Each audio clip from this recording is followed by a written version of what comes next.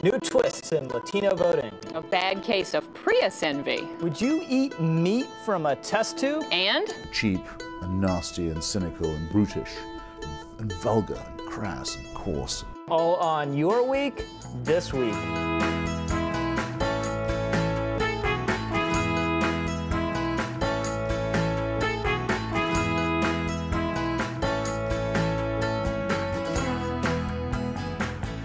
Welcome. I'm Rich Lowry from National Review. And I'm Michelle Cottle with The New Republic. There's what we think, and then there's what you think. Here on Your Week, on air and online, that's our democracy, a meeting place for the most interesting people and events of the week. That's right, Rich, though that will probably be the last time you ever hear me say that.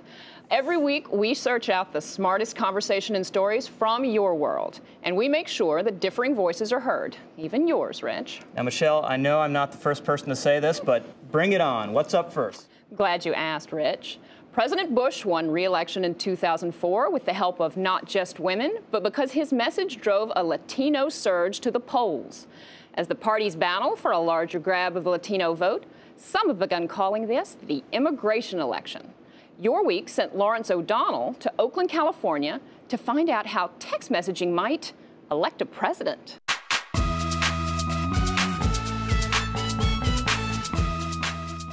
Entonces nos vemos, ya está lista para el domingo a la 1 de la tarde, el car wash, vamos a ir represent, ya tú sabes. The Showboy Edgar program on La Calle Radio in San Francisco. Pranks, music, traffic, and a mix of English and Spanish, and a mantra. Get out and vota. You gotta go out there and register to vote, familia, votolatino.org. You spend a lot of time on your show talking about voting. Why do you do it? I do it because it's important. You know, one of the things we say is, si no votamos, no importamos. If we don't vote, we don't matter. And then I say, and we all know, Latinos, that we do matter, you know? Showboy has gathered a group for a little picnicking, soccer, and voter registration. Who wants to register to vote? It's part of a nationwide Get Out the Vote campaign called Voto Latino. If we don't vote, we're invisible. 19-year-old Ivan Martinez registered. Now, when you turned 18, did your parents try to get you to register to vote? They did. And you ignored your parents? Again? I was lazy about it, but not no more. Latinos are the fastest growing demographic group in the United States. By 2050, their population will triple, and the consequences for American politics will be dramatic. We have 50,000 young Latinos turning 18 every month. Maria Teresa Peterson is executive director of Voto Latino. There's been a big surge in Latino voting this year in the presidential primaries. What's responsible for that?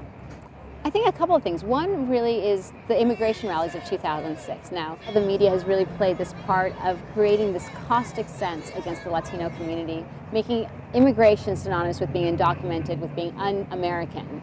And finally, the Latino community is waking up and saying, you know what, we're very American and we're proud to be American. So how do we participate in the issues? The Voto Latino website is tied to MySpace, has celebrity endorsements, blogs, and a contest called Crash the Parties. We're looking for 2 embedded reporters to crash the parties, to go to the Democratic National Convention and the Republican National Convention. Some of them are pretty good. In Washington, I'm Veronica Macias. Looks like you've chosen the right link to click. And some aren't quite ready for prime time.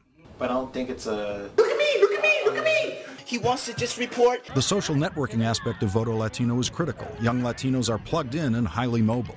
They are especially heavy users of text messaging. How will text messaging work in Voto Latino's Get Out the Vote efforts this year? Everyone that comes and registers on our website, we also request that they give us their cell phone number. What we do is we'll send them a mass email saying, don't forget to register. We'll also give them their polling place, and then we'll also encourage them to forward that to their peers. Again, encouraging folks to participate peer-to-peer, really community building. No, check this out, family. You gotta go out there and register to vote. Votolatino.org, man. I believe within the last couple of years, we've gone out and marched with millions and millions of people to create the awareness. Latinos exist, there's a huge power behind there, but now it's our time to say, it's not only out there marching, it's not only their voices, but what matters the most is the vote. You gotta start early because this guy is eventually gonna vote. Like, si vas a votar, you're gonna vote? See? He said, yeah. 35, buddy.